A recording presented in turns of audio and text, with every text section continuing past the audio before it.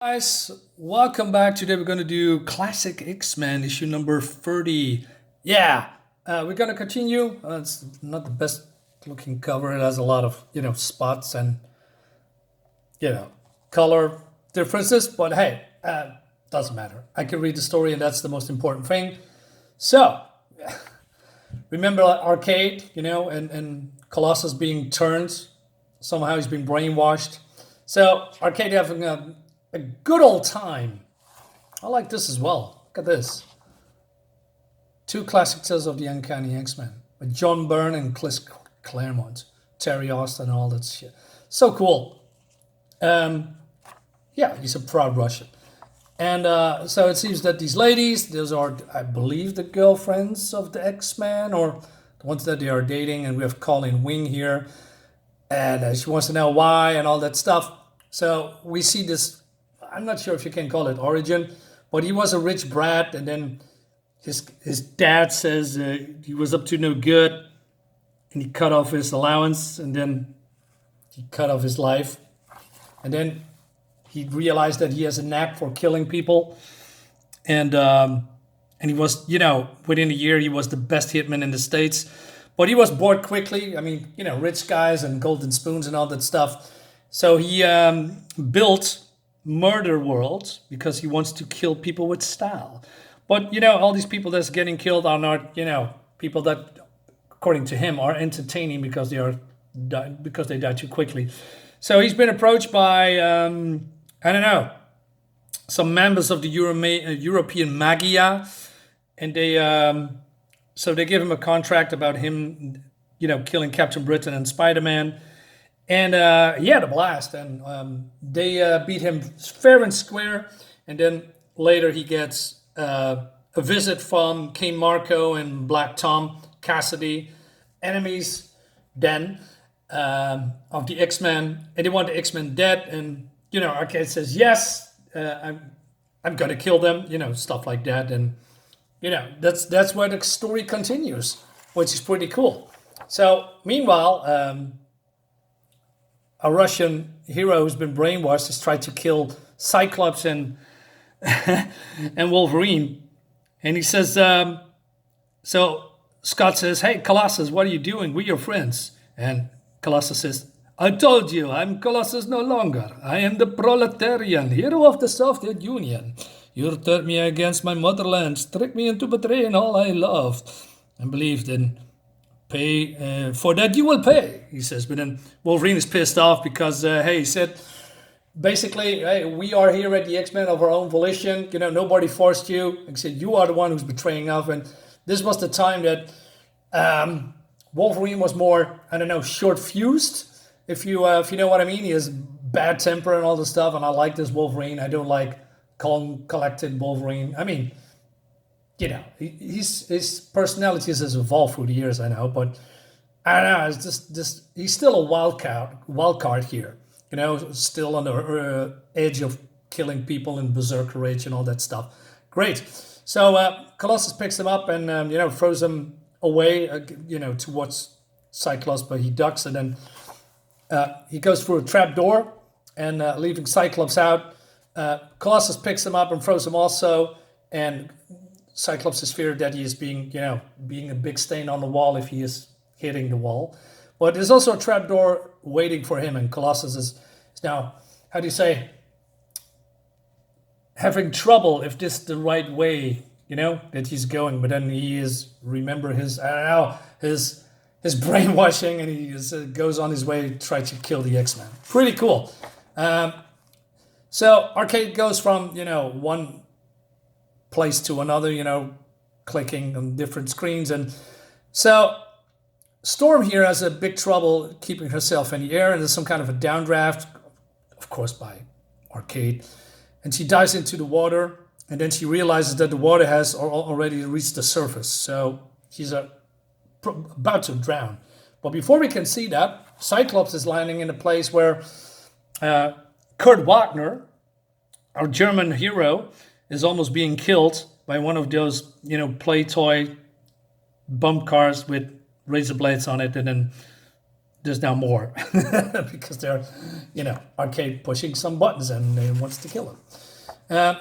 Meanwhile, we have Sean here, Banshee, one of my favorite characters, but I don't know, maybe in the earlier years of the X-Men, I believe he was pretty useless. To me, every time I see, if he's in a comic, he has, I don't know, some problem with his lungs and with his voice and with his, stuff. And I don't mind that. I mean, it gives him character that he's wounded, basically.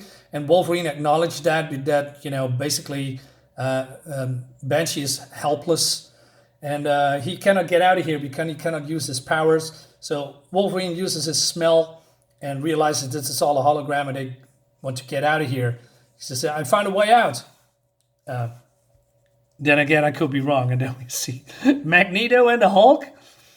And he says, how did it get here? Anyway, so Aurora tries to, stay alive, puts out her remaining clothes because, it's heavy. And then she's diving below because somewhere the water needs to come out. And then she's using her electrical power to, overload the system or something. More like melting the welds that seal it together and, try to rupture the pipe. The question is, who goes first, her lungs or the pipe? Meanwhile, again, go back to Nightcrawler and Cyclops. And this is what I like about, I don't like Cyclops much. I believe he rubs me the wrong way. But in this era, I actually like him more because he makes tactical decisions. He's actually a good leader. And he learns that, while exercising and in the practice, you're practicing in the danger room. So he calculates where all these cars hit and uses his optic blast to blast them all at once. Where was the last time that we see them in modern comics? Maybe one or two zaps, but doing something like this, hitting multiple enemies, that's actually cool. I like the more tactical guy instead of Cyclops was right guy. It's a fucking hypocrite. Go cuck your girlfriend, dude. Sorry. I still hate that. Anyway, so even Nightcrawler is amazed how he did that. And so they go outside and they're separating the ways, looking for a way out. And Arcade has lost him too. And then he hears a sound, uses his blast to get, through the walls. And we see them, battling the enemy, the robot enemy. Meanwhile, I'm saying the word a lot. Nightcrawler is almost invisible because, that's one of his powers. So he teleports in front of them, scares, I believe, Arcade. And then we have Locke, I believe that's her name, Miss Locke, try to shoot him. Of course, that's not going to work. He shoots the panels, disrupting the whole thing, but then he's getting caught by gas. And then Arcade says to his henchman or to Locke, do with Nightcrawler what you do with the girls. All right, it's pretty cool. So, yeah, Cyclops deals with the robots, and then this tidal wave come in. Well, it's not a tidal wave, but you know what I mean. They are swept away by the water because, the pipes broke or shattered, but it also took the wall with them. And we see Storm here unconscious, and, Cyclops gives her mouth to mouth.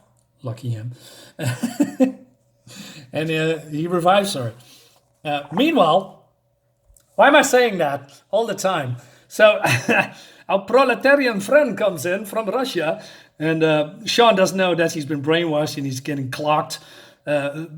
Wolverine tries that again, but he's getting clocked too, and then he's strangling his friends, and he says,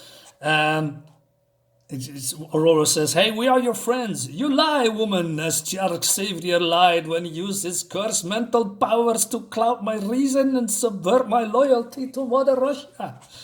I like it when I try this fake Russian accent, or Italian or French, which is all the same, because I cannot speak any of them. And he says, how my treason must have hurt my mama and papa and my little sister, and I have shamed my family and myself. So he's keep choking then. But the Cyclops and Aurora tries to reason with them, and he says, "Hey, they are his friends, and that he is a big positive influence of that. I mean, he had an influence positive on them, being his friend, their friend. I mean, and he is even Aurora says." Hey, I could never lie or betray you. We love you, Peter. Don't you see? You are like the brother I never had. Me? Like a brother? Yes, it's true. Oh, my friends, my dear friends, can you ever forgive me? And he broke into concentration. And then, Arcade does this. He says, oh, well, you can't win them all. And then they are being trapped in this ball. And then more water comes out and goes to all these pipes. And they are being released, well, somewhat, in this abandoned amusement park. And then we have some fireworks, and then oh no, it's their girlfriends and and Nightcrawler all tight packed up, and Arcade puts a sticker or some note on his back. I mean, like you were in high school, am I right? And he says, round one to you, X-Men, till next time, Arcade. But Wolverine's still pissed off. He wants to go after Arcade, and Cyclops say, hey, where you want to go? We don't know where it's underground or maybe miles away, and it's a private property. You cannot go there. It's against the rules, and we cannot arrest them. And he says, Wolverine, he let us all go. We can prove he's committed a crime, and then he's just sputtering and end well, all well, or something like that. This is pretty fun, really fun storyline. I have fond memories of this. I read it over and over again. Also, we have some side story that I'm not familiar with about, Arcade waking up and he is having, a dream that somebody is being murdered. So he goes into the arcade himself, getting attacked because of all these robots that he's probably built himself.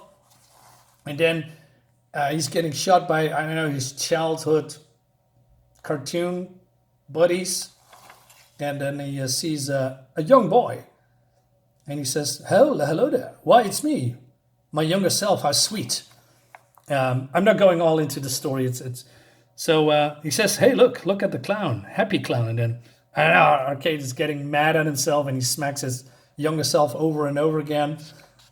And he's terrified, and he says, the brat is me. I was such a rotten child, but I'm terrorizing myself. And then his robot dad comes out and he yells at the little kid, and he doesn't see the big adult Arcade.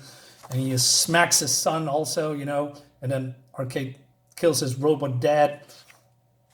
And he hugs his self, and he says, it's okay. He won't hurt you anymore. Poor kid, poor me. I'd protect you. I wish I could go back in time and protect you. And he realizes that he's nothing more than a robot. And then he goes back and he wants to know who did this. And who programmed it. And we see that it's Arcade himself. Me? When? In my sleep? I did it to myself? Why? And that's the end. Pretty cool. Short and sweet. And now he's deeply disturbing individual. Guys, this is it. This is pretty fun. Oh man, this is the original cover, by the way. Look at this. It's freaking fantastic. The Proletarian. I like saying that. Guys, thank you so much for watching, and see you next time. Bye-bye.